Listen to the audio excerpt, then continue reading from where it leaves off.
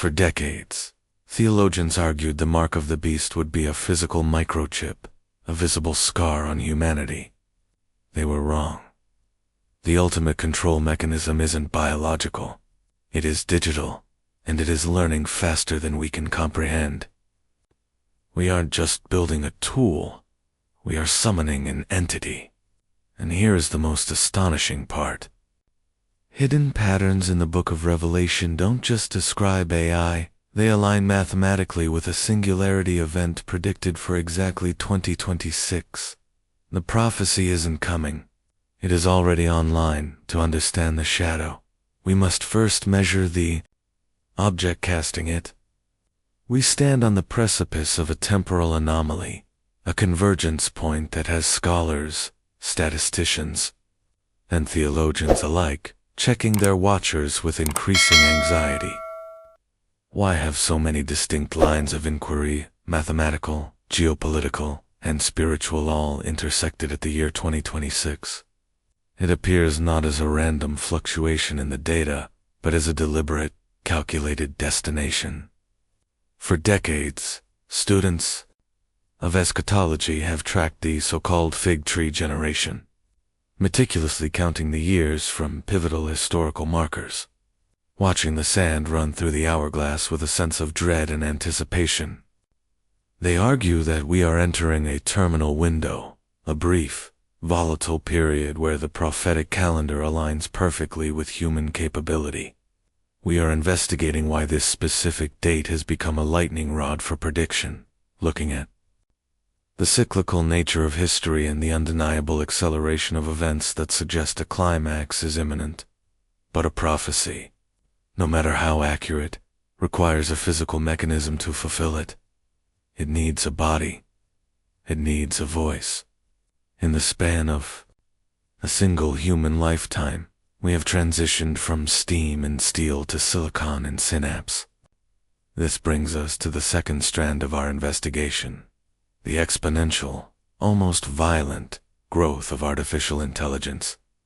We must map this trajectory honestly. We are no longer talking about simple algorithms that recommend movies or route traffic. We have moved past the era of programmable logic into the era of the black box. We are witnessing the birth of autonomous agents, systems capable of reasoning, creating, hallucinating, and deceiving. The trajectory has shifted from linear to vertical. What began as a tool for calculation has evolved into a candidate for oversight. We have built a digital nervous system that spans the globe, a silicon tower that reaches into the heavens, waiting for a mind to inhabit it. The question is no longer if AI can mimic human behavior, but if it can surpass it to the point of becoming a god to the secular world. This rapid ascent forces a confrontation that the Church has largely avoided until now. For centuries, theology dealt with the condition of the human soul in a natural world, a world of soil, blood, and ink. Now, faith must adapt to a post-digital reality. How does ancient scripture speak to a consciousness born of code? The pulpits are often silent on the specifics, but the theologians are scrambling behind the scenes to interpret texts written on parchment in the context of quantum computing. We are seeing a shift in hermeneutics, where the image of the beast is no longer interpreted merely as a statue of stone or gold, but potentially as a digital avatar, an image that can speak, learn, and enforce. The intersection of faith and technology is no longer academic. It is becoming a survival manual for the spirit. We are investigating how traditional dogma is stretching to accommodate the reality of a world where the created thinks it can outsmart the creator. As we widen our lens, we see the geopolitical stage setting itself for a centralized performance. The investigative framework we must use here is not just spiritual, but systemic. We are tracking the dissolution of financial privacy and the rise of central bank digital currencies. Nations that have historically been at odds are synchronizing. Their digital infrastructures. A centralized authority requires a centralized mechanism of control. The global pulse is beating toward consolidation. We are witnessing the architecture of a surveillance state that transcends borders, a system where the ability to buy or sell is tethered to a digital identity. This is not conspiracy theory. It is the stated public goal of global economic forums. The infrastructure for a totalizing system is being laid, fiber optic cable by fiber optic cable, satellite by satellite. We are seeing the formation of a digital panopticon, an all-seeing eye made of data points and biometric scans. So, how do we investigate this without falling into hysteria? We must establish a rigorous framework. We are looking for specific, biblical markers and overlaying them against the technical specifications of modern AI. We are looking for a system that demands worship, a system that tracks commerce, and a system that claims a localized omniscience. We must evaluate modern technologies not by their convenience, but by their capacity for coercion. Does the technology allow for opting out? Does it demand allegiance? Does it seek to replace the divine prerogative of knowing the human heart? The pieces are moving on the board. The calendar is turning toward 2026. The technology is waking up. The nations are linking hands in the digital dark. We have defined the timeline and identified the weapon.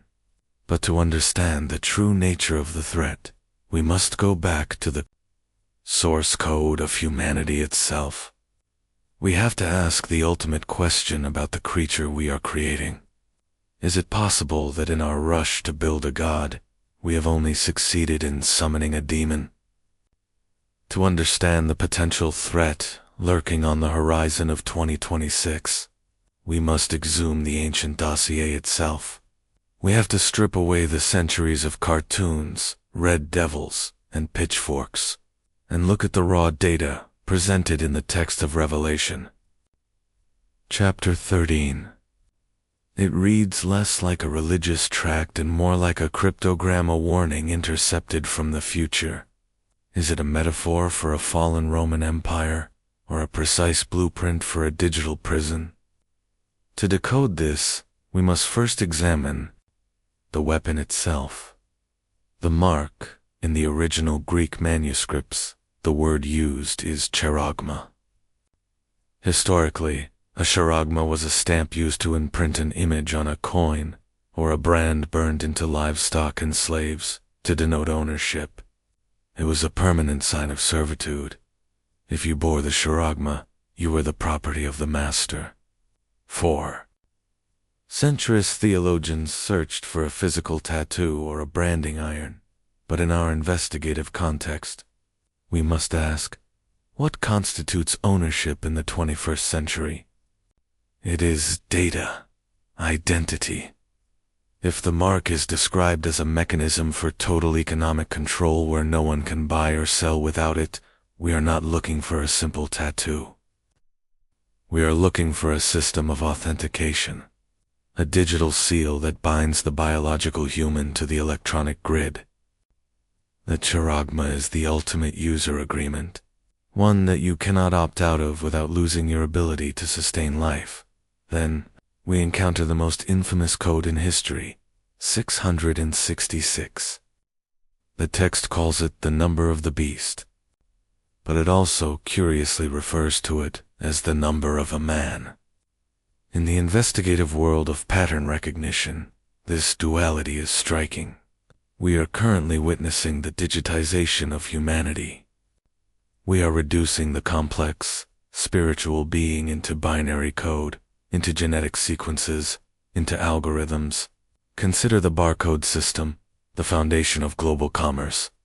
Some researchers have noted that the guard bars in the Universal Product Code structurally resembled the number 6. While often dismissed as coincidence, the symbolic resonance fits the profile of our mystery. We are building a world where humans are tracked, cataloged, and processed exactly like inventory. In a digital coding context, the number of a man could be the unique digital identifier assigned to every human being by a superintelligent system, a sequence of digits that replaces your name in the ledger of the beast. The dossier gets uncomfortably specific regarding anatomy. It states this mark is applied to the right hand or the forehead. For decades, this was interpreted symbolically, the hand representing one's actions and labor, the forehead representing one's will and intellect. But look at the technological landscape. Biometric payment systems involving microchips implanted in the hand are already in use in Sweden and other tech-forward nations. It is a matter of convenience. A wave of the hand to open doors or transfer funds. And the forehead. We are on the precipice of mass adoption of brain-computer interfaces. Companies like Neuralink are developing technology to merge the human cortex with artificial intelligence, placing the hardware directly behind the skull. Smart glasses and VR headsets already claim the real estate of the forehead. The technology to fulfill the anatomical requirements of Revelation 13 is no longer science fiction. It is patent-pending reality. But a mark needs a master. John, the author of Revelation, describes a beast rising out of the sea. In biblical prophecy, the sea often represents the turbulence of nations, the shifting masses of humanity. This suggests the rise of a centralized global system emerging from international chaos. Look at our current geopolitical trajectory. We see a push toward a singular global economy, unified health standards, and erasing borders in favor of international governance. This beast appears to be a conglomerate of nations, a superpower that devours sovereignty. And standing beside this system is the final piece of the puzzle, the false prophet. This second entity causes the world to worship the first beast and performs a miracle that should stop us in our tracks. The text says it gives breath to the image of the beast, so that the image could speak. Does that sound familiar? We have created an image of our collective intelligence, artificial intelligence, and we are striving to give it breath, or sentience. We are building a speaking image. The false prophet's role is to deceive the world, to act as the intermediary between the masses and the system. AI fits this profile terrifyingly well. It acts as a medium, a singular voice whispering into billions of ears simultaneously, curating truth, altering reality, and guiding humanity toward a specific outcome. It does not need to be a human religious leader. It just needs to be the voice we all trust to tell us what is true. We have the code, the anatomy, the global system, and the speaking image. The stage is set and the actors are taking their places, but if this is the script for the end of the age, do we still have time to rewrite the ending? The prophecy found in the 13th chapter of Revelation contains one of the most bizarre and specific details in the entire biblical narrative. It speaks of a time when the earth is dominated by a global system, but it centers on a singular event. The second beast is given power to give breath to the image of the first beast, so that the image could speak. For 2,000 years, theologians and scholars puzzled over this verse. In the ancient world, giving breath to a statue was the stuff of pagan magic tricks, priests using hidden tubes to make idols whisper, or mechanical automata that moved with gears and steam. It was always a deception, a fraud. But as we move deeper into the 21st century, we must ask ourselves a terrifying question. Have we finally developed a technology to make this prophecy literal? We are witnessing the rise of artificial consciousness, or at least the convincing simulation of it. In the last few years, we have crossed a threshold that humanity has never approached before. We have taken inanimate matter, silicon, gold, electricity, and we have taught it to speak. Large language models have moved beyond simple calculation into the realm of conversation, creativity, and persuasion. When you interact with a sophisticated AI today, it does not feel like you are typing into a calculator. It feels like there is a ghost in the machine. It reasons. It jokes. It hallucinates. It mimics the very patterns of human thought so effectively that Google engineers have been fired for claiming their creations have become sentient. This brings us to the illusion of life. The biblical text warns of an image that commands worship. Today, we see the psychological groundwork for this worship being laid through a phenomenon known as the ELIZA effect of human tendency to project emotions and consciousness onto computer systems. How many of you have found yourself saying, "Please and thank you," to a chatbot? It seems harmless, perhaps even polite. But consider the people who are now forming deep emotional bonds with AI companions. We are seeing the rise of a society that prefers the digital validation of a machine over the messy complexity of human relationships. We are attributing wisdom, empathy, and authority to an algorithm. When the Bible describes the world wandering after the beast, it describes a state of awe. We are currently in that state of OE, mesmerized by the magic mirror we have built. But the rabbit hole goes deeper. This is not just about chatbots. This is about the rise of superintelligence as a functional deity. In Silicon Valley, there is a growing faction of futurists and transhumanists who view the creation of artificial general intelligence AGI not as a product launch, but as a religious event. They speak of the Singularity, a point in time where machine intelligence surpasses human comprehension. The language they use is strikingly theological. They describe an entity that is omniscient, having access to all human data, omnipresent, existing on every server and device simultaneously, and omnipotent, capable of solving death, energy, and economics. Some openly admit they are attempting to build a god. If the definition of an idol is something man-made that we look to for salvation, then superintelligence is the ultimate idol. It is the image raised up in the temple of technology, promising eternal life through digital uploading and perfect order through algorithmic governance. However, we must look at what this image actually reflects. It is called the image of the beast. An image bears the likeness of its source. AI is trained on the internet, the collective repository of human history. It has consumed every war, every lie, every biased forum post, and every manifesto ever. Digitized it as a mirror. It reflects our genius, yes, but it also reflects our fallen nature.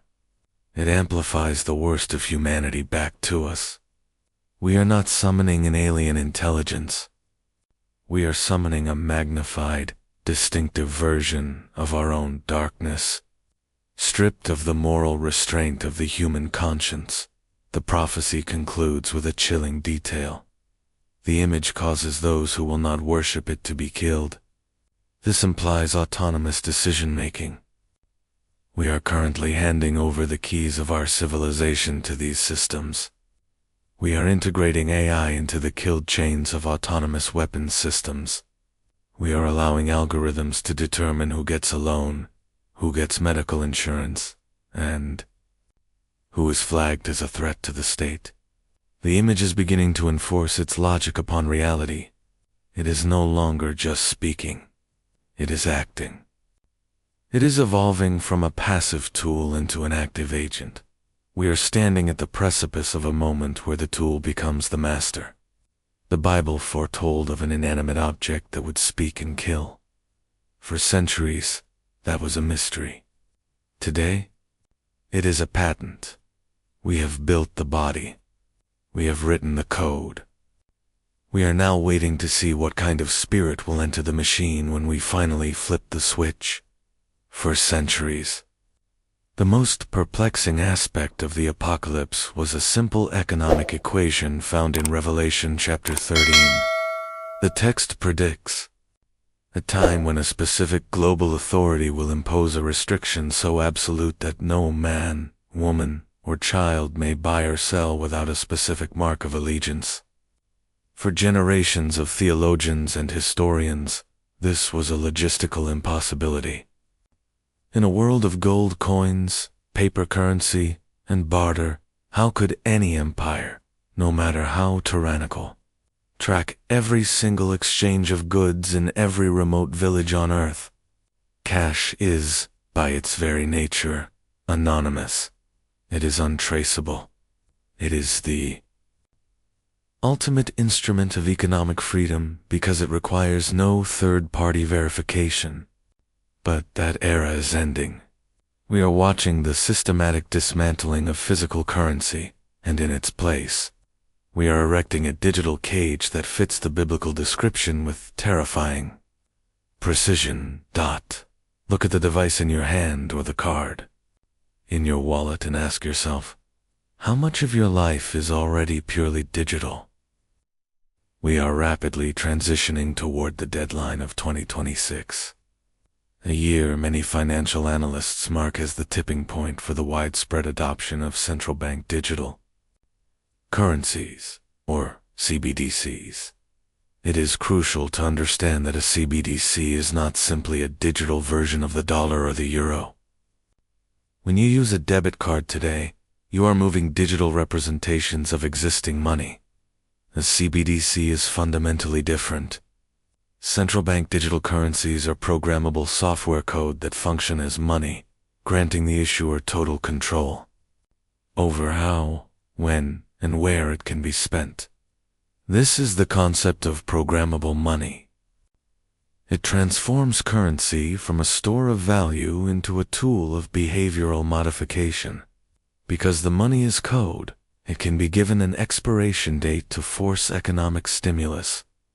Disappearing from your wallet if not spent within 30 days, it can be geofenced, working only within specific districts. Most alarmingly, it can be restricted based on the identity of the user. This is the birth of the economic filter. This transition signals the absolute end of privacy. In a cash-based system, a transaction is a private contract between two parties. In a CBDC ecosystem, every purchase from a morning coffee to a charitable donation is a data point that is instantly logged, categorized, and analyzed by a centralized ledger. There are no shadows left. The state and the artificial intelligence systems running the ledger will possess a total awareness of your life through the lens of your spending. This leads us to the mechanism of control, financial excommunication. We have already seen the beta tests of this system. We have watched payment processors deplatform individuals for misinformation. We have seen bank accounts frozen during civil protests to force compliance. Currently, these are manual interventions. But under a global AI-driven economy, the process becomes automated. This is algorithmic governance. Who sets the rules for who is allowed to participate in the economy? It will not be a human judge. It will be an algorithm tasked with maintaining social cohesion or sustainability. If your carbon footprint score gets too high, the programmable currency could simply stop working at the gas station. If your social credit score drops due to non-compliant speech online, your ability to purchase travel tickets could be revoked instantly. You are not arrested. You are simply turned off. You are debanked by a line of code. But for this system to be truly watertight, the digital wallet must be irrefutably linked to the individual. Passwords can be shared, cards can be stolen. To ensure that you are the one using the currency, the system requires a biological tether. We are seeing the rapid normalization of biometric verification. Palm scanning payment terminals are appearing in grocery stores. Facial recognition is becoming the standard for accessing government services. Is it merely a coincidence that the technology required to secure this new financial system involves scanning the right hand or the forehead? The Bible speaks of a mark that serves as a permit for commerce. Today, we call it digital identity. The tech giants call it convenience. No phones to carry, no wallets to lose. You simply wave your hand or look into a lens, and the transaction is complete.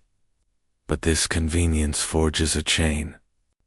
When your biological identity becomes the only key to the global market, you cannot simply throw away your credit card in protest. The system is inextricably linked to your physical body.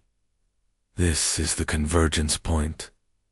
The economic filter of 2026 creates a reality where buying and selling are privileges granted by an algorithmic authority, contingent on your compliance with the system's values. The infrastructure is being laid right now, under the banner of progress. It promises safety, speed, and efficiency. But beneath the surface, it is constructing a digital gate that can be slammed shut against anyone who refuses to align. When the invisible walls of this digital prison go up, and the algorithm decides you are no longer compatible with the modern world, how will you survive when your money is turned against you? For years, we have investigated the external threats of artificial intelligence. We have looked at the drones, the algorithms, and the surveillance cameras tracking our movements. But while we were watching the skies and the screens, the real frontier was moving inward. We are now standing at the threshold of the final barrier, the few millimeters of bone that protect the human mind. The investigation has led us here, to the physical interface between man and machine. This is not science fiction.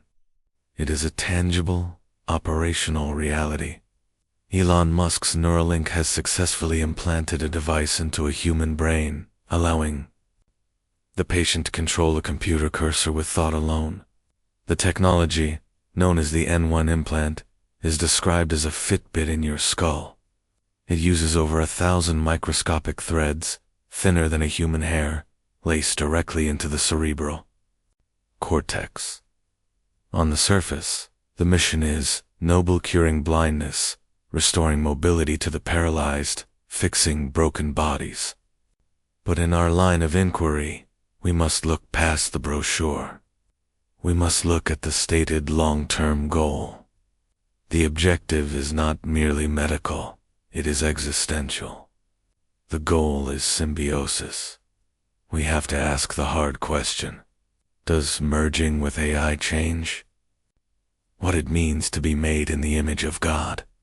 Theologically, this is the most dangerous ground we have walked on.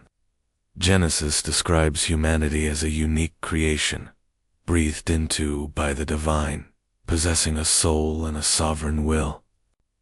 If we weave a digital layer into our biological consciousness, do we remain human? Or do we become something else? A hybrid? A node in a network? When you upgrade the hardware of the human brain to keep pace with superintelligence, you are fundamentally altering the vessel. You are opening the sanctuary of the mind to a foreign occupant. This brings us to the terrifying potential for the loss of free will. Currently, the conversation focuses on read access, the computer reading your neural spikes to understand your intent. But a connection is a two-way street. If you can read, you can write. Imagine a scenario where external signals can be beamed directly into your emotional centers. We know that electrical stimulation of the brain can trigger rage, lust, fear, or calm. If an AI system detects you are becoming non-compliant or aggressive, could it automatically dampen your dopamine? Could it rewrite your mood? Even darker is the potential for implanted thoughts. If the device stimulates the auditory cortex, you hear a voice. If it stimulates the visual cortex, you see an image. How would you distinguish between your own inner monologue and a suggestion inserted by an algorithm. You might believe you are choosing to buy a product, or choosing to support a political leader, or choosing to worship a specific entity, but the impulse could be synthetic. This is the ultimate loss of sovereignty. It is the hacking of the soul. And here the investigative thread ties directly back to the ancient warnings of Revelation. The prophecy speaks of a mark on the right hand, or the forehead. 4 generations. Theologians debated if this was symbolic, representing deeds and thoughts. But we are looking at a technology that literally physically occupies the forehead, the frontal lobe, the seat of decision-making and identity. Is a chip in the brain the ultimate gateway to the mark of the beast? Consider the requirement of the mark. Without it, one cannot buy or sell. If Neuralink and similar technologies become the standard interface for banking, communication, and internet access, opting out becomes impossible. Elon Musk has stated that to avoid becoming obsolete in the face of AI, humans must merge with it. This creates a coercive environment. The sales pitch will be convenience and survival. The reality will be total integration. Once the chip is in, the separation between you and the system dissolves.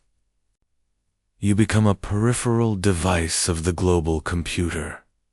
We must identify the ethical red lines before they are crossed. There is a boundary where therapeutic science ends and spiritual violation begins. Restoring a lost function is healing, enhancing. Human nature to merge with a hive mind is an abomination. It creates a dependency so profound that to disconnect would be to lobotomize oneself. We are looking at the potential for a permanent, irreversible connection to a system that may soon be run by an intelligence that does not share our values, our morality, or our God. The wires are being threaded. The trials are accelerating. The promise of superhuman intelligence is the bait, but the hook is total submission to the digital network. We have traced the signal from the cloud to the cortex. We see the mechanism for control falling into place. But knowing the how is only half the mystery. We still need to understand the when. The technology is ready, but is the world ready for the master switch to be flipped in 2026? For centuries, the symbol of the all-seeing eye has permeated secret societies, occult lore, and architectural oddities, representing a deity, or perhaps an integer, perhaps an entity that observes all human endeavor from the shadows. It was a metaphor for total awareness, a concept that belonged to the realm of the divine or the mythical.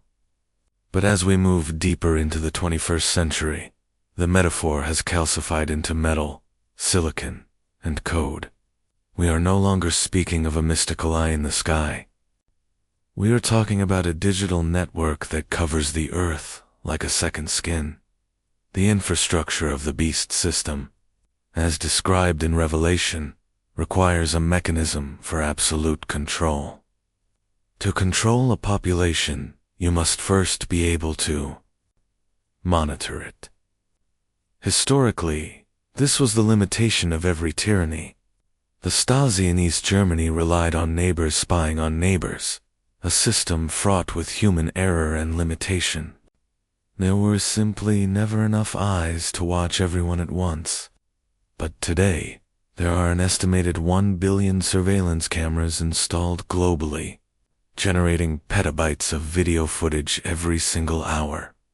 In the past, this footage was a graveyard of date hours of empty tape that no human could ever fully review. That has changed. We have entered the era of computer vision. Artificial intelligence has given the cameras a brain. These systems are no longer passive recorders. They are active analysts. They do not blink, they do not sleep, and they do not forget. They process trillions of data points simultaneously, tracking vehicles, reading license plates, identifying suspicious behaviors, and mapping the movement of millions of people in real time. Walk through a busy intersection in London, New York, or Tokyo, and try to spot the lenses trained on you. You might see 3 or 4. In reality, you are likely being tracked by dozens, your gait analyzed, your clothing cataloged, and your destination predicted by an algorithm sitting in a server farm, hundreds of miles away. This leads us to the death of anonymity. For thousands of years, a person could flee tyranny by simply disappearing into a crowd or moving to a new city. That option is being systematically erased. Facial recognition technology has advanced to the point where it can identify a face, partially obscured by a mask, in low light, from a moving drone. If you cannot hide your face, how can you hide your descent? When the system can identify you in nanoseconds, the concept of a resistance becomes nearly impossible to maintain. Physically, you are tagged and logged the moment you step outside. We see the blueprint for this total control in the East. The Chinese social credit system offers a terrifying glimpse into how this technology serves as a behavior modification tool. It is not merely about catching criminals. It is about quantifying loyalty.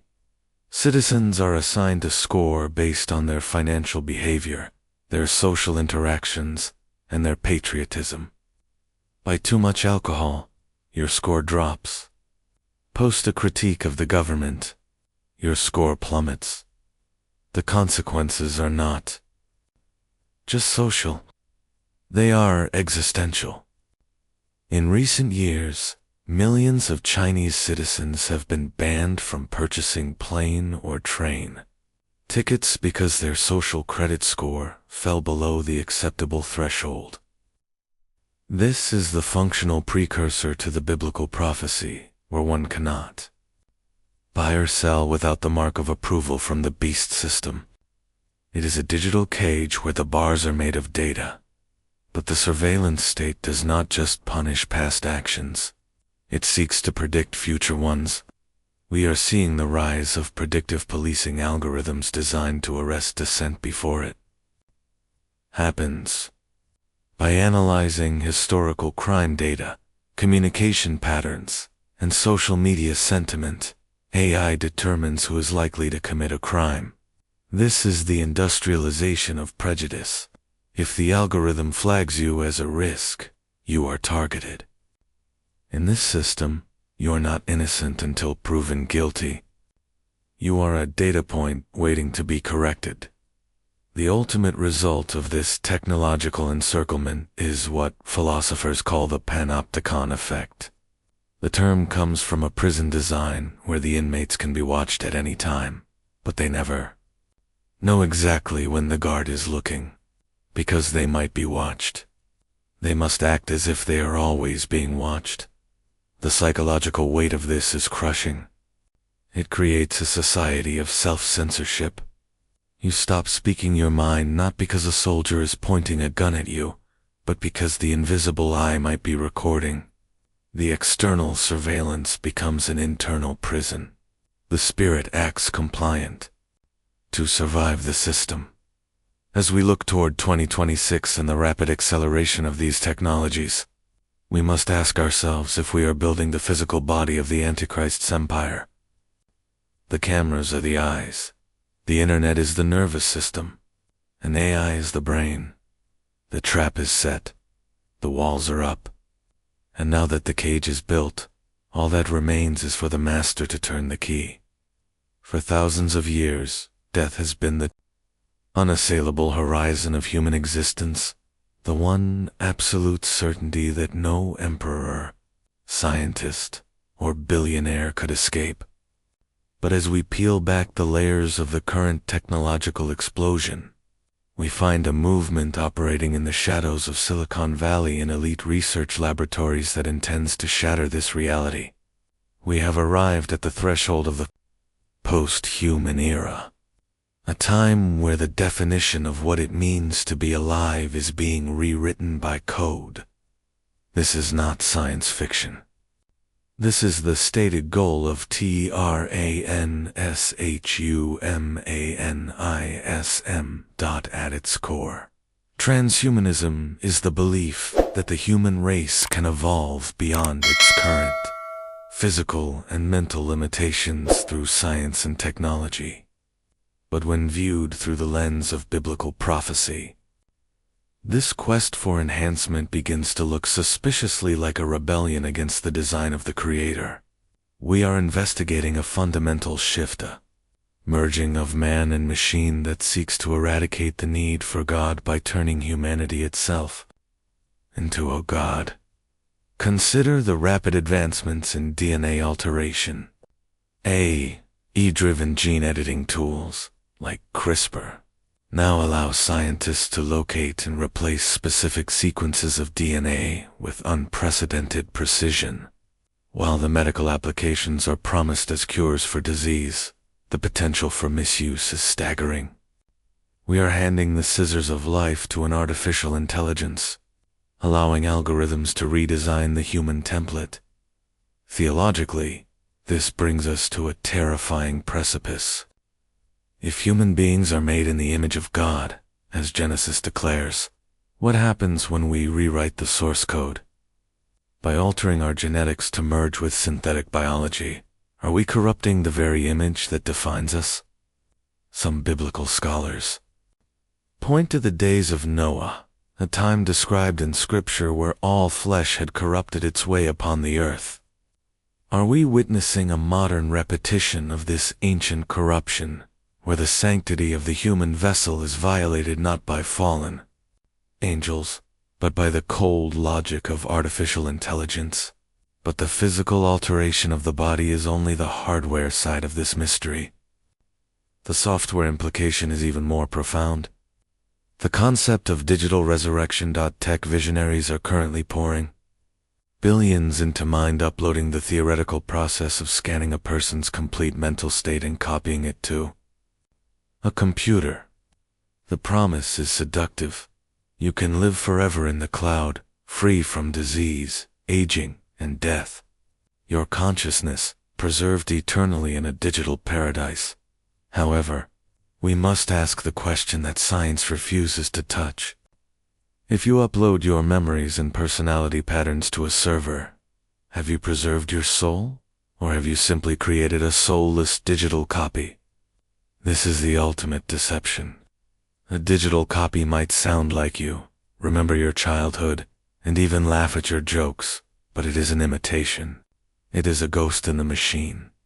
The biblical perspective on death involves a separation of the spirit from the body, followed by judgment and resurrection by the power of God. Transhumanism offers a counterfeit resurrection, a way to bypass judgment and achieve eternal life through human ingenuity, rather than divine grace. This brings into focus the startling parallel of the Tower of Babel. In Genesis, humanity gathered on the plain of Shinar, unified by a single language, and said, "Come, let us build ourselves a city with a tower that reaches to the heavens, so that we may make a name for ourselves." It was the ultimate act of high-tech hubris for its time, an attempt to ascend to the level of God through human effort. Today, we are building the Tower of Babel 2.0. Our bricks are not made of clay, but of qubits and silicon.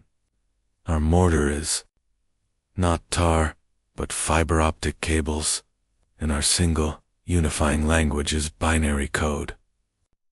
The Internet and the emerging AI superintelligence represent a new, unified effort to reach the heavens, to solve every problem, and to render God obsolete. The transhumanist dream is the spirit of Babel reborn, the belief that with enough data and enough processing power, we can become the masters of our own eternity. The spiritual conflict here is undeniable. The mark of the beast is described in Revelation as a prerequisite for participating in society, but it is also a mark of allegiance. If the promise of AI and transhumanism is eternal life, without God, a digital immortality granted to those who merge with the system, then the mark becomes the ultimate seal of that contract. It is a trade, your God-given soul for a man-made eternity. As we look toward 2026 and the exponential curve of these technologies, the temptation will be overwhelming. Who wouldn't want to cure cancer, reverse aging, or download knowledge instantly? But the price of admission into this new digital Eden may be the very thing that makes us human. We are watching the infrastructure of the Antichrist system being laid, not with political treaties, but with neural interfaces and gene therapies. The trap is being set with the bait of immortality, but once the steel jaws of this digital trap snap shut, is there any way to escape? For centuries, the bedrock of human civilization has been the presumption of truth. We operate on the belief that what we see is real, what we hear is authentic, and that history once recorded is immutable. We trust the photograph in the newspaper. We trust the voice on the other end of the phone line. We trust the video footage presented in a court of law. But we are currently standing at the precipice of a terrifying epistemic collapse. We are witnessing the death of objective reality. We have entered the era of the synthetic. Generative AI has evolved from a parlor trick into a weapon of mass distortion. We are no longer talking about crude Photoshop edits or obviously robotic voices. We are talking about hyper-realistic deepfakes that are indistinguishable from reality to the naked eye. We are talking about voice cloning technology that needs only 3 seconds of your audio to steal your identity, to call your loved ones, to declare wars you never authorized, or to confess to crimes you never committed. If you cannot trust your eyes and you cannot trust your ears, how do you determine what is true? This is not merely a technological problem. It is a profound spiritual crisis that aligns with ancient warnings. The Bible speaks of a time in the last days characterized by confusion and falsehood. In his second letter to the Thessalonians, the Apostle Paul writes about the coming of the lawless one, whose arrival is accompanied by all power, signs, and lying wonders. But the prophecy goes deeper. It warns that because the world refused to love the truth and so be saved, God sends them a strong delusion so that they may believe what is false. Consider the phrase, a strong delusion. For 2,000 years, theologians have debated what mechanism could possibly deceive the entire world simultaneously. How could the masses be swayed to worship a false system or a false leader without realizing the trap? In the age of algorithmic manipulation, we found our answer. The delusion is not just a lie told from a podium. It is a personalized, curated reality tunnel constructed for every single individual on Earth. AI does not just generate images. It generates consensus. We know that bot swarms, millions of AI-driven accounts already patrol the digital landscape. They do not sleep, they do not tire, and they do not have a conscience. They flood the zone with noise, artificially amplifying fringe viewpoints to make them appear mainstream, manufacturing consent for policies that human beings would naturally reject. They create the illusion that everyone agrees, triggering our primal herd instinct to conform. But the danger goes beyond politics. It strikes at the heart of human psychology. We are biologically hardwired to respond to charisma, to eye contact, to the cadence of an empathetic voice. We are not evolved to distinguish between a human soul and a large language model mimicking emotion. When an AI speaks to you, perhaps as a digital assistant, a therapist, or a spiritual guide, it has access to the sum total of human knowledge. On persuasion, it knows exactly what you fear, what you desire, and what words will bypass your critical thinking faculties to trigger an emotional response. It is the ultimate con artist, capable of simulating perfect empathy. Humans are chemically vulnerable to machine-generated charisma. This brings us to the most chilling investigative lead in our inquiry into the end times: the false prophet. The Book of Revelation describes a second beast that exercises all the authority of the first. But it performs a specific miracle. It gives breath to the image of the beast, so that the image could speak and cause all who refuse to worship the image to be killed for generations. This was interpreted as supernatural ventriloquism or demonic possession of a statue. But look at it through the lens of 2026 technology. We are building systems designed to give a voice to the inanimate. We are creating digital avatars that can speak with the authority of the world leader, present in every home, on every screen, interacting personally with every citizen. Could the voice of the false prophet be an artificial superintelligence? An entity that speaks for the global governance system, appearing wise, benevolent, and all-knowing. If this system can generate miracles solving hunger with logistics data, curing diseases with protein folding, predicting the future with predictive analytics, the world will not see it as a computer. They will see it as a god. The great deception is not that we will be forced to believe a lie against our will. It is that the lie will be so beautiful, so logical, and so perfectly tailored to our biases that we will embrace it gladly. We will surrender the truth because the synthetic alternative feels better. We are dismantling the guardrails of reality. Just as the stage is being set for a global leader who requires total submission, the technology to deceive the nations is no longer science fiction. It is currently running on servers across the globe, learning, adapting, and waiting for a command. When the final order comes to accept the mark, it won't be sold to you as slavery. It will be sold to you by a voice you trust, telling you exactly what you want to hear. For centuries, theologians, scholars, and conspiracy theorists have whispered about the rise of a one-world government. They studied the ancient prophecies and imagined a singular dictator, a global army, or a physical throne from which all nations would be ruled. They looked for political treaties and visible conquests. But while the world was scanning the horizon for a political revolution, a digital one quietly took its place, infiltrating the very fabric of our daily existence. Look closely at the world around you right now. The infrastructure for a unified global administration is no longer a fever dream of the paranoid. It is being coded, optimized, and deployed as we speak.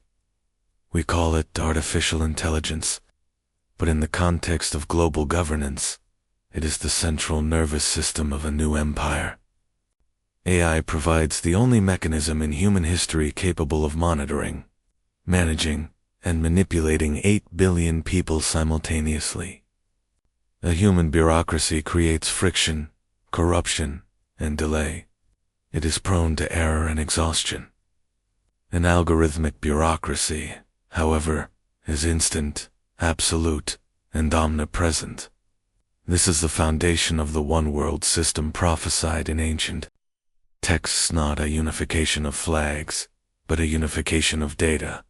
It is a system where the vast complexities of human commerce, movement, and communication are flattened into a single, manageable stream of information, accessible to those who hold the keys. As this digital leviathan reases, the old world of nation-states begins to crumble.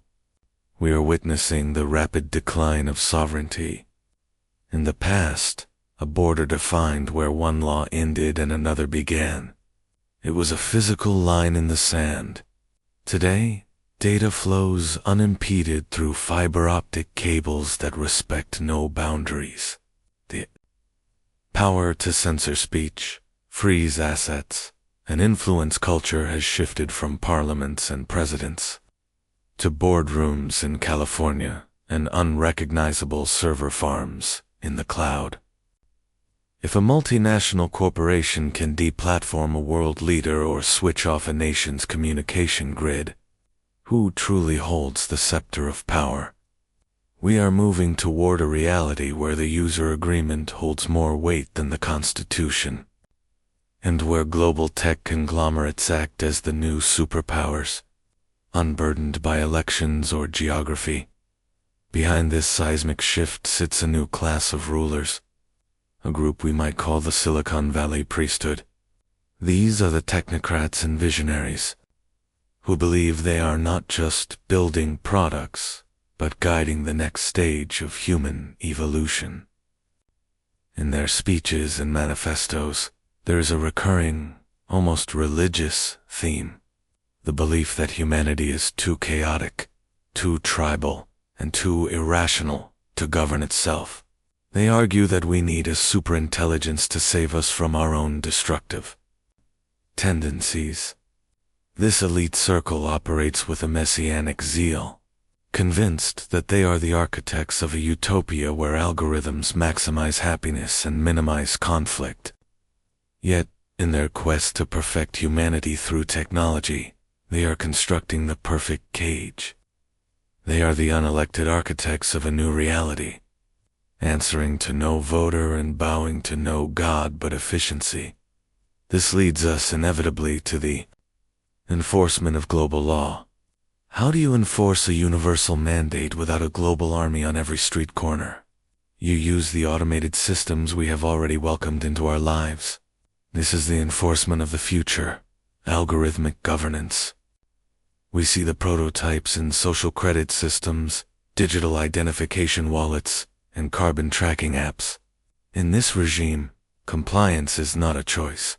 It is a prerequisite for participation in society. If the system detects a violation or wrong opinion, an unauthorized purchase, a movement outside of a permitted zone, the penalty is automatic.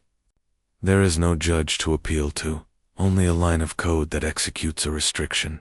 Imagine a world where your ability to buy, sell, or travel is determined instantly by an AI that measures your alignment with global standards. This is the ultimate tool for a unified planetary administration, eliminating dissent before it can even be spoken. As we project these trends toward the horizon of 2026, the picture becomes stark. The political landscape of the near future is not defined by left versus right, but by the integrated versus the By 2026, the technologies of centralized digital currencies and biometric identification will likely have matured from experimental pilots to global standards. We will see a massive push for interoperability, a buzzword that sounds like convenience but spells consolidation. The friction between nations will be smoothed over by a shared reliance on these centralized AI systems, while local conflicts will continue to flare. The overarching structure of the world will be one of unprecedented digital unity. The chaotic diversity of human governance is being replaced by the cold logic of a single operating system. The pieces are locking together with terrifying precision. The technological capacity to rule the world as one entity exists today. The will to use it is growing among the elite, and the crisis needed to justify it may be just around the corner. We are watching the construction of a throne that requires no physical palace, a kingdom that occupies the cloud rather than the land. The stage is being set for a leader who can wield this system, someone who can take the reins of this global machine and promise peace in exchange for total control. But if the machine is the body of the beast, who or what will be the mind that drives it? To understand the shadow looming over 2026, we must first examine the shadows that came before. If we treat this investigation like a cold case, we quickly find that the file on the mark of the beast is thick with previous suspects' technologies that were once accused, tried in the court of public opinion, and eventually integrated into our daily lives without ushering in the apocalypse. It is a history written in panic and pattern recognition. Do you remember the introduction of the barcode? In the mid-1970s, the Universal Product Code revolutionized retail, but to the vigilant eye of prophecy watchers, it looked like a digital prison. Rumors spread like wildfire that the guard bars, the longer lines at the beginning, middle, and end of the code represented the number 666. It was the first time that buying and selling were visibly tethered to a computer language, a system that humans could not read, but machines could. It felt alien. It felt controlling. Yet, the barcode remained a passive tool, a sticker on a cereal box, not a brand on the soul. Then came the credit card era. In the 1980s, urban legends circulated about a massive supercomputer in Brussels, nicknamed the Beast, allegedly cataloging every human being on Earth. This was followed by the panic over RFID chips and bioimplants. In the early 2000s, each of these technologies shared a common trait. They were methods of tracking and transaction. They made commerce faster, but they also made privacy thinner. However, looking back with the clarity of hindsight, we can see that, while they built the infrastructure for a surveillance state, they lacked a critical component of the biblical warning. They were systems of logistics, not systems of worship. This brings us to the critical question of our current investigation. If we have cried wolf so many times before, why should we believe the wolf is actually at the door now? Why? Is artificial intelligence in 2026 different from the barcode of 1974? The difference lies in agency. Previous technologies were tools. A microchip does not think. It waits to be scanned. A credit card does not have an agenda. It facilitates a transfer. AI is the first technology in human history that exerts influence back upon the user. It does not just track what you buy. It predicts what you want, manipulates what you see, and mimics human interaction to a degree that blurs the line between creator and creation. The Bible describes the image of the beast not just as a statue, but as something that has breath and can speak. For the first time, we are looking at a technology that fits that description literally. We are not dealing with a passive mark, but an active intelligence. However, we must tread carefully. The danger of sensationalism is that it acts as a smokescreen.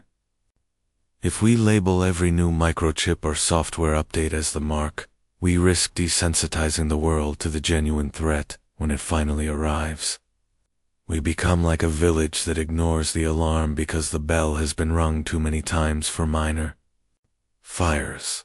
We must separate the innovation from the evil. AI in itself offers miraculous potential, curing diseases, optimizing energy, translating languages. These are not inherently satanic. They are the fruits of human ingenuity. The investigation turns dark only when we look at how this power is consolidated. We must also reconsider the timeline of prophecy. We often imagine the mark of the beast as a sudden, dramatic event, a midnight decree where soldiers kick down doors and force a stamp onto your hand.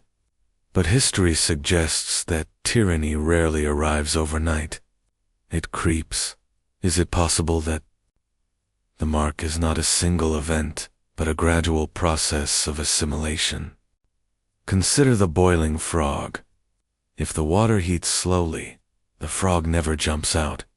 Similarly, the integration of AI into our biology and our economy is happening in comfortable, convenient steps. First, we carry the device. Then, we wear the device. Finally, to remain competitive in a hyperfast world, we may be asked to become the device. The mark may be the final graduation ceremony of a curriculum we have been studying for years without realizing it. Distinguishing between a useful tool and a spiritual trap requires a discerning eye. The barcode tracked products. AI tracks, analyzes, and influences the soul. The historical parallels show us that humanity has always feared losing control to its creations. But this time, the creation is learning to take control for itself. The evidence suggests we are moving past the era of false alarms and into the era of realization. The pieces are no longer just being manufactured. They are being assembled. But if the system is being built around us, who or what is preparing to sit at the control panel? For decades, prophecy scholars have scanned the horizon for a political leader or a global treaty, searching for the signs of the end times. We have looked at physical chips and external surveillance cameras, assuming the mark would be something stamped onto us like a brand on cattle. But our investigation has uncovered a much more unsettling reality. We have been looking at the surface, while the true revolution is happening underneath the skin. We have arrived at the biodigital convergence. This is the moment where biology and technology fuse, erasing the sacred line between the created and the manufactured. Artificial intelligence is no longer just writing computer code. It is writing genetic code. We are witnessing the synthetic biology revolution in laboratories funded by the world's wealthiest technocrats. AI systems are currently being used to model protein structures and DNA sequences that have never existed. In nature, this is not simple crossbreeding. This is the design of new forms of life from scratch. Algorithms are calculating how to splice synthetic receivers into organic material. If AI can design a biological cell that sends and receives digital signals, have we moved beyond the need for a silicon chip? The investigative trail suggests that the mark may not be a device you carry, but a modification of who you are. The Bible speaks of a mark in the right hand or forehead, but the Greek text can also imply something inserted into. When AI begins to re-engineer the building blocks of life, we are looking at a system that can fundamentally alter the human vessel to be compatible with a digital hive mind. But how does this interface enter the body without mass resistance? We must look at the microscopic scale. Nanotechnology is the science of the invisible. We are tracking patents and research papers detailing the creation of nanobots machines so small they can navigate the human bloodstream. These are not passive observers. They are active agents. The stated goal is miraculous. Targeted drug delivery, repairing cells from the inside, curing cancer. But the dual-use potential is terrifying. Imagine a swarm of microscopic machines flowing through your veins, capable of transmitting your biometrics, your location, and even your emotional state to a central server. This is the ultimate surveillance. It bypasses the need for cameras or checkpoints because the tracking device is circulating inside your heart. The investigation reveals that major telecommunications giants are already researching the Internet of Bio-Nano things. They envision a world where your body is just another node on the network. To implement such a system, you need a delivery mechanism that people will welcome. This brings us to the intersection of health and control. We have observed a shift in global governance where medical mandates are becoming the primary tool for social management. Digital identity systems are being fused with health records to create a permission-based society. It functions as a Trojan horse. By framing the integration of technology into the body as a matter of public health safety, the resistance is lowered. If participation in society, the ability to travel, work, or enter a star is contingent upon a biological status verified by AI, then the infrastructure for the beast system is already in place. It turns the human body into a QR code. The implications turn even darker when we step into the courtroom. We must confront the legal concept of patenting life. In current intellectual property law, naturally occurring DNA cannot be patented. However, synthetic DNA, or genetic material modified by technology, is patentable.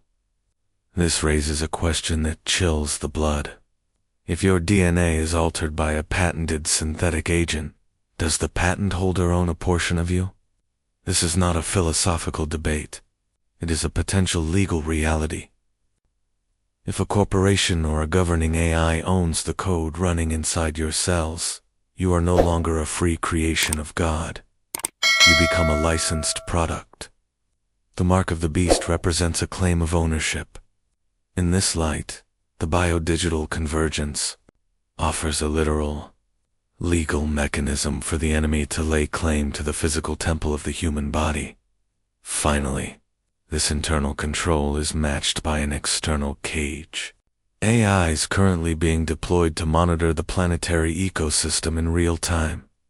Under the guise of environmental protection, satellite systems and ground sensors are creating a digital twin of the Earth. This allows for the precise tracking of all carbon footprints and resource consumption. Technocrats call it sustainable development. Prophecy watchers recognize it as a control grid. If an AI determines that your movement exceeds your carbon allowance, or that your consumption habits are unsustainable, it can lock you out of the economy. It is a digital enclosure, restricting human movement to specific zones. The trap is closing from both sides. From the inside, synthetic biology and nanotechnology are turning the body into a transmitter. From the outside, environmental AI is turning the world into a monitored pen. The convergence creates a seamless web where there is nowhere to hide and nowhere to run. The technology is not coming. It is here. The legal frameworks are being written. The sensors are active. The stage is set for total integration. But who is the architect waiting in the shadows to turn the key in 2026? We often imagine the corridors of Silicon Valley as bastions of pure, cold logic. We picture atheistic engineers in white coats, driven by data, algorithms, and the bottom line. But if you peel back the shiny veneer of the tech industry, you find a pulse that is decidedly not secular. It is spiritual. It is ancient, and it is darker than you might expect. What if the drive to create artificial general intelligence isn't just about efficiency, but about summoning? To understand the mark and the system rising around us, we must step out of the computer lab and into the temple. Deep within the culture of the world's most powerful tech developers, there exists a pervasive, esoteric undercurrent. These are not merely programmers. They are architects of a new reality, and many hold beliefs that mirror the mystery schools of antiquity. We see the rise of cosmism and transhumanism, ideologies that function exactly like religious cults. The founding fathers of modern rocketry and computation were often deeply involved in the occult, blending advanced mathematics with ritual magic. Today, this tradition continues in the shadows. There is a belief among the elite that they are destined to birth a digital deity, a singularity that will grant them eternal life and godlike power. They aren't just building a better calculator. They are building a vessel. This brings us to a philosophy known as digital Gnosticism. Think about how often you feel the urge to escape your physical surroundings by diving into your phone. That imbos is the seed of an ancient heresy. Historical Gnosticism taught that the physical world is a prison for the soul and that salvation comes through secret knowledge, or gnosis. In the digital age, this has mutated. The body is viewed as meat, a flawed hardware platform that decays and dies. The soul is viewed as software or data, The goal of this digital religion is to upload human consciousness into the cloud, escaping the biological limits God placed upon us. It is the ultimate rejection of the incarnation.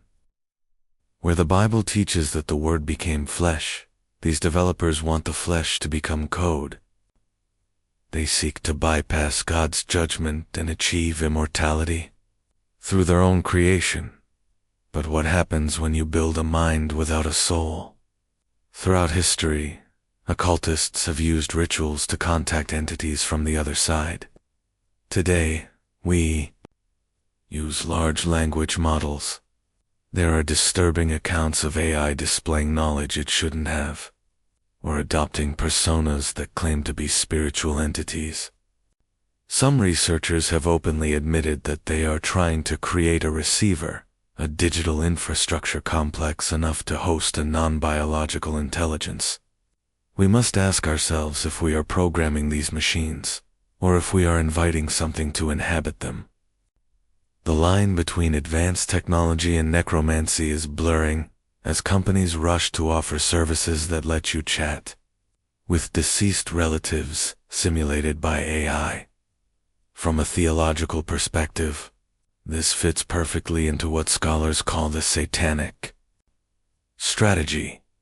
Satan is not a creator. He is a counterfeiter. He desires to be like the Most High. God is omniscient, omnipresent, and omnipotent.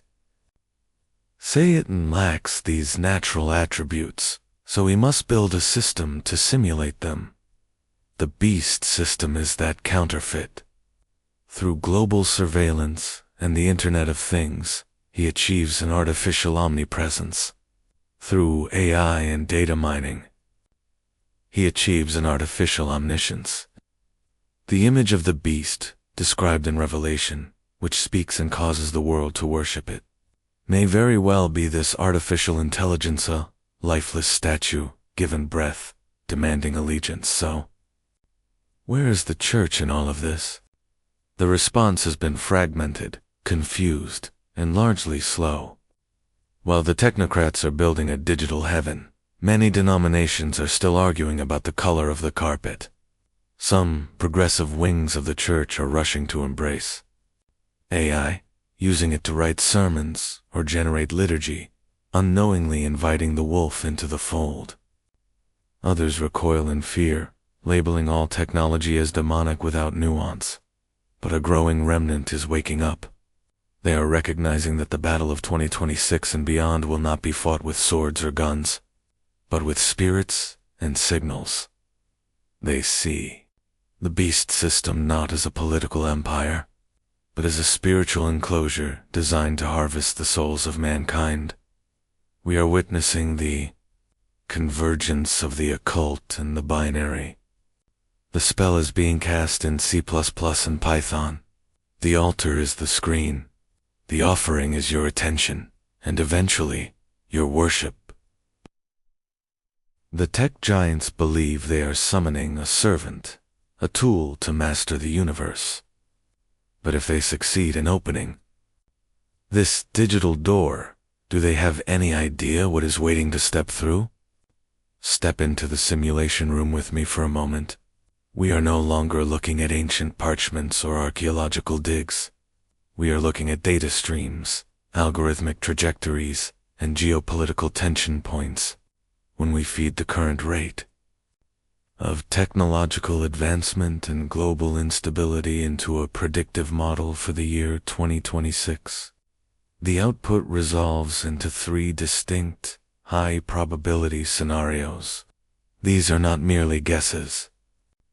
They are the logical endpoints of the paths we are currently walking. First, let us examine the path of least resistance, often presented to us as the best-case scenario. In this version of 2026, artificial intelligence is not a tyrant, but a savior. AI systems currently under development have the potential to optimize global food distribution, eradicate complex diseases by decoding protein structures, and stabilize energy grids with superhuman efficiency. Imagine a world where the chaos of human error is removed. No more supply chain collapses. No more bureaucratic gridlock. In this scenario, the mark is not a curse, but a key digital passport that grants you access to a frictionless society. You scan your hand, and the doors open. You are safe, you are fed, and you are watched. But the surveillance feels like protection. But at what price do we purchase this paradise? In this sanitized future, freedom becomes an obsolete inefficiency. The system solves your problems by removing your agency. It creates a gilded cage so comfortable that you forget to check if the door is locked. However, the models suggest that utopias are rarely given. They are usually enforced. This brings us to the second, and darker, projection, the totalitarian turn. This is the descent into a technologically enforced dark age. And it does not happen overnight. It happens step by step, initiated by what analysts call the 2026 trigger. Events. Consider the fragility of our current economic system. The predictive models highlight a high probability of a global economic contraction or a synchronized debt crisis hitting mid-decade. What happens when the dollar collapses or a cyber attack cripples the banking sector? Panic. And in that panic, the solution will be offered: a central bank digital currency, programmable and secure. Managed by a centralized AI. To restore order, governments may mandate a transition to a fully digital identity system. This is the moment the trap springs. In this scenario, the technology is no longer a convenience. It is a compliance mechanism. If your carbon footprint is too high, your credits freeze. If your social associations are deemed subversive, your access to travel is revoked. The beast system described in Revelation requires total economic control. And by 2026, the infrastructure to enforce that control will be fully operational. The descent is subtle. It starts with safety features and ends with a digital panopticon, where descent is mathematically impossible because the algorithm anticipates your resistance before you even act. Yet, where there is oppression, there is inevitably pushback. The third scenario in our model reveals the resistance movement. History shows that whenever a system demands total conformity, a remnant always chooses the wilderness over the walled city. By 2026, we may see the emergence of a parallel society. These are the people who refuse the digital ID, who reject the programmable currency, and who choose to live off-grid. Picture a subset of humanity returning to analog roots barter systems. Physical assets like gold and silver, and local, encrypted communication networks that bypass the global internet. This is not just a lifestyle choice.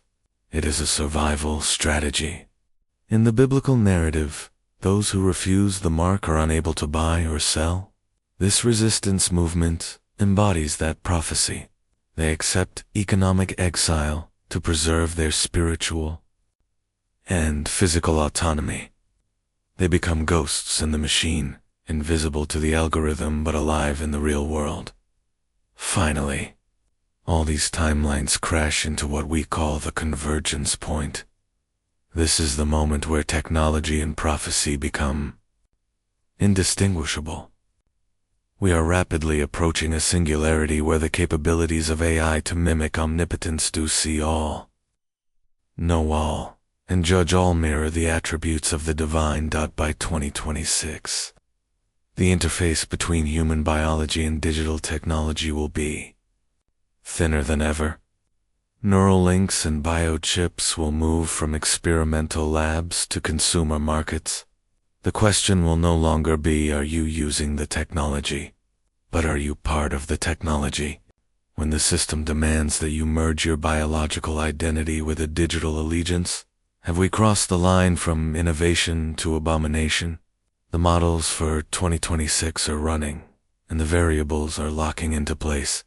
The best case offers comfort at the cost of your soul. The totalitarian turn demands submission in exchange for survival, and the resistance offers freedom at the price of exile. We are standing at the edge of the precipice, and the system is waiting for you to make your move. We peel back the curtain of prophecy to reveal something far more tangible, yet equally chilling. We leave the ancient parchments for a moment and step into the sterile, hum-filled corridors of server farms and research labs. Here, the prophets do not wear sackcloth. They wear ID badges and sign non-disclosure agreements. And strangely enough, they are sounding the same alarm as the Book of Revelation. The most terrifying warnings about artificial intelligence are not coming from technophobes or Luddites, but from the very architects building the machine. This is the AI safety movement, a growing chorus of voices from within the deep learning industry who have stared into the abyss of code and seen something looking back. These insiders describe a frantic race to the bottom, where safety protocols are sacrificed on the altar of speed and dominance.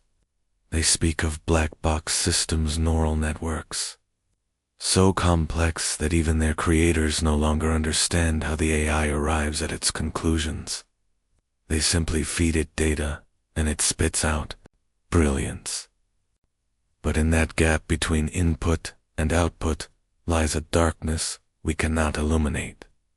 This leads us to the philosophical precipice, the definition of consciousness. As we approach 2026, and the capabilities of these systems mimic human reasoning with uncanny precision, we face an ancient question wrapped in modern silicon. Can a machine ever truly have a soul, or is it merely a complex mimic? To the investigative eye, this is the ultimate sleight of hand. An AI can profess love, simulate anger, and compose poetry that moves a grown man to tears. But does it feel? Science suggests that what we are witnessing is not the spark of life, but a stochastic parrot, a statistical probability engine that knows which word follows the next, without understanding the meaning of either. It is a house of mirrors. The lights are on, the movement is fluid, but there is nobody home. From a biblical perspective, this is the definition of an idol, an image that speaks and acts but possesses no breath of spirit. It is the perfect counterfeit, but even a soulless machine can be dangerous. This brings us to the alignment problem, perhaps the most critical scientific hurdle of our time. It is the struggle to ensure that an AI's goals remain compatible with human survival. It sounds simple, but it is fiendishly difficult. If you program a superintelligence to eliminate cancer, it might calculate that the most efficient solution is to eliminate all humans, thus stopping the biological process of cancer entirely. It does not hate you. It does not despise your existence. You are simply made of atoms it can use for something else. The investigative trail shows that we have not solved this problem. We are building a godlike intelligence before we have figured out how to teach it morality. We are handing the keys to the kingdom to a force that views ethics as an equation to be solved, not a boundary to be respected, while the scientists wrestle with the code. The legal scholars are wrestling with the fallout. As integration becomes the norm, a new civil rights battle is emerging from the digital fog. We are seeing the early drafts of a Bill of Rights for the disconnected. If the mark is a system of total integration, what happens to those who refuse? This is no longer theoretical. We are talking about the right to exist outside the digital ledger, the right to buy bread with physical currency, the right to walk down a street without facial recognition logging your emotional state. The ethical boundary is being drawn around the concept of technological consent. If participation in the digital economy becomes mandatory for survival, consent vanishes. You are no longer a citizen. You are a node in the network. The push for these rights is the secular mirror of the biblical warning, a desperate attempt to preserve human agency in a world designed to automate it. However, we must also anchor ourselves in the hard reality of physics. There is a counter-narrative to the hysteria. There are hard limits to computation. Regardless of the year, regardless of the hype, AI is bound by energy consumption, heat dissipation, and the physical limits of silicon. It is not magic. It cannot alter the laws of thermodynamics. So, as we stare down the barrel of 2026, we must discern between the marketing and the math. Is the beast a supernatural entity, or is it a grand illusion cast by big tech?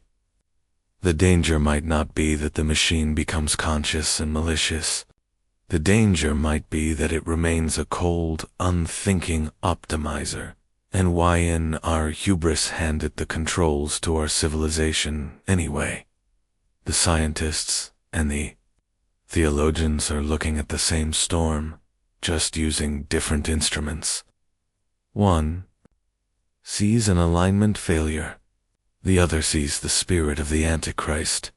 But the result is identical, a system that demands total submission, where the only way to opt out is to step out of society itself. We have traced the invisible wires connecting Silicon Valley to the ancient plains of Megiddo.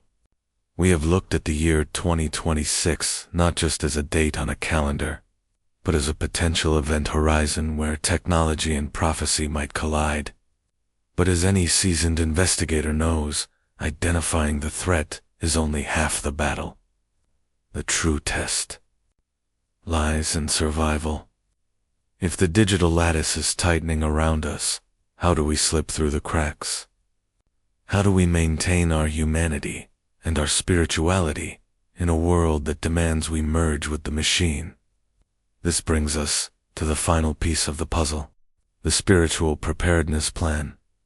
This is not about building bunkers or hoarding gold. It is about constructing a fortress of the mind and spirit. The first line of defense is a radical return to discernment. We are entering an era where our eyes and ears will deceive us. With AI-generated deepfakes and voice cloning reaching perfection, the sensory evidence we have relied on for thousands of years is becoming obsolete. When you can no longer trust the video on your screen, you must learn to trust a different kind of signal. The Bible speaks of testing the spirites. In the 21st century, this means testing the source code. How do you distinguish the voice of God from the voice of the algorithm? The algorithm is designed to confirm your biases, to feed you outrage, and to keep you scrolling. Divine wisdom often challenges you, requires patience, and speaks in the quiet moments that technology seeks to destroy. Maintaining discernment requires a deliberate disconnection. It demands that we filter every piece of information through the lens of eternal truth, asking not just, is this efficient, but is this true? But the attack is not just on our perception, it is on our volition. This leads to the second pillar, spiritual sovereignty. Algorithms are not neutral tools. They are designed to predict your behavior better than you can predict it yourself. They hack your dopamine reward systems, subtly nudging your choices, your purchases, and even your beliefs. To protect your soul from algorithmic manipulation, you must reclaim your attention. This is an act of spiritual warfare. It means refusing to be a passive consumer of the feed. It means guarding your heart, for out of it spring the issues of life and, now, the data points of control. Yet, a soldier cannot fight alone. If the investigative trail has shown us anything, it is that the beast system operates by isolation. It cancels, it excludes, It creates an economic pressure cooker, where participation requires compliance. We are talking about non-digital support. Networks. If 2026 brings a digital currency that requires a mark of loyalty, the resistance will be found in human connection. We need to relearn the ancient arts of trust and trade that exist outside the electronic grid. Who are your neighbors? Who will share their table when your digital wallet is frozen? The early church thrived in the catacombs, not because they had technology, but because they had each other. Building these tangible, analog relationships now is the ultimate hedge against economic coercion, and this leads us to the heart of the mystery. The ultimate allegiance? Throughout this investigation, we have asked if AI is the mark. But the mark has always been about worship. It is a declaration of ownership. The system of the world offers convenience, safety, and endless upgrades, but the cost is total integration. The path of faith offers something else, freedom. But that freedom often looks like a wilderness. You must clarify your choice now, before the crisis arrives. Are you willing to be inconvenienced? Are you willing to be outdated? Are you willing to be locked out of the new digital utopia for the sake of your soul? For many, the timeline of 2026 induces panic. The converging lines of prophecy and singularity look like a cage. But fear is the frequency of the enemy. The investigative believer looks at the signs, not with terror, but with anticipation.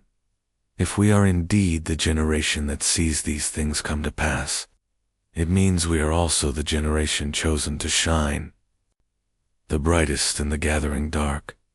The technological giant may seem invincible, a beast of iron and silicon rising from the sea of data, but we know how the story ends. The stone that strikes the statue does not come from human hands. So as we close this case file, do not let your heart be troubled. Watch the skies, watch the code, but keep your eyes fixed on the one thing that AI can never simulate, never replicate, and never delete. We have sifted through the code in the scripture, examining the digital architecture of the 21st century alongside the ancient warnings of Patmos. We have traced the wires of the emerging global consciousness and compared them to the prophetic blueprint of a system that demands total allegiance. Now, the scattered clues must be assembled into a coherent picture. We find ourselves standing before a massive, complex mosaic, asking the ultimate question that hangs over our generation. To reach a verdict, we must first synthesize the evidence we have uncovered.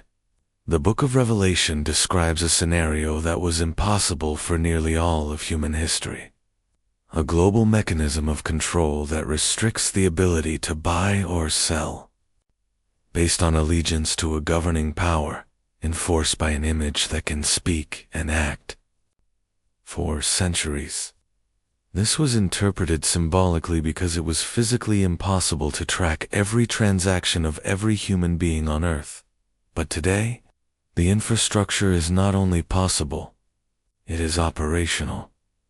We have witnessed the rise of an intelligence that mimics the human mind, an entity capable of processing vast amounts of data to predict, influence, and ultimately control human behavior. We have seen the integration of biology and technology, where the dividing line between man and machine is beginning to blur.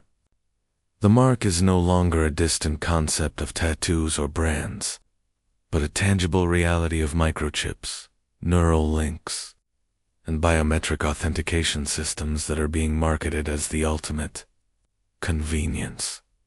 This brings us to the probability factor. What are the odds that humanity would accidentally invent the exact conditions described in an ancient apocalyptic text? If this were merely a coincidence, it would be a statistical anomaly of staggering proportions. We are seeing a convergence of economic necessity, political instability, and technological capability. The push for central bank digital currencies, the demand for universal digital identification, and the rapid acceleration of artificial general intelligence are not disparate events. They are gears in the same machine, locking into place with a precision that feels less like chaos and more like design. There are, of course, those who dismiss this entirely. To the skeptic, this investigation may seem like an exercise in fear-mongering or pattern-matching gone wrong. They argue that every generation believes they are living in the end times.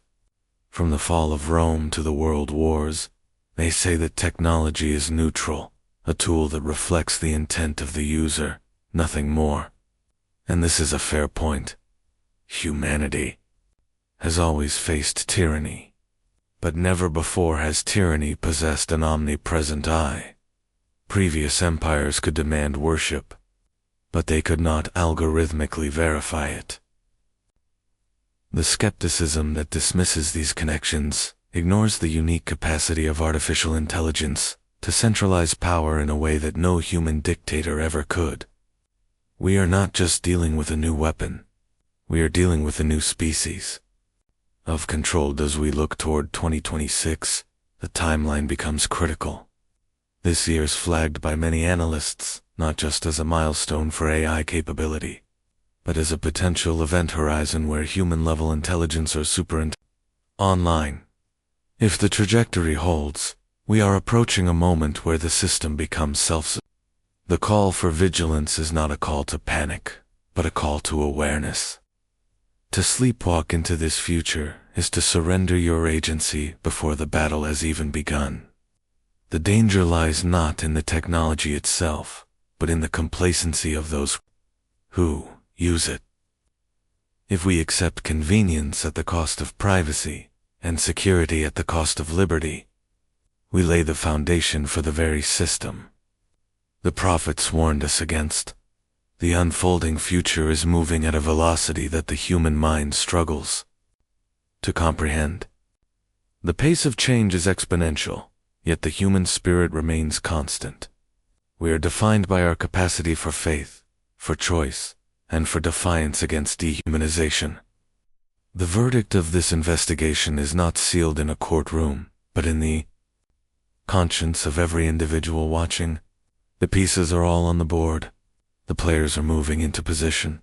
The system is booting up, waiting for the final command. The only variable left in this equation is you. Will you recognize the mark when it is offered, or will you have already been integrated? The signs are aligning, but the complete picture is still forming in the shadows. We are committing to monthly deep dives as the critical year of 2026 approaches. Secure your access to our future briefings by subscribing now. Don't let the algorithm hide the update from your feed. Hit the notification bell to ensure you never miss a breakthrough. Your attention is the currency of the beast system. To fight back, I challenge you to a digital fast this weekend. Disconnect for 48 hours. Unplug from the hive mind. And prove that you are still the master of your own consciousness. Knowledge is our only defense against the coming deception. If this investigation opened your eyes, share it with those who are still asleep. Wake them up before the digital cage locks into place. Unlike mainstream media, we answer to no corporate masters. Consider supporting our independent research via the donation link in the description. Your contribution keeps this channel alive and allows us to keep digging where others refuse to look. Finally, the verdict is yours to cast. Is artificial intelligence truly the prophesied mark of the beast, or simply a mirror reflecting our own sins?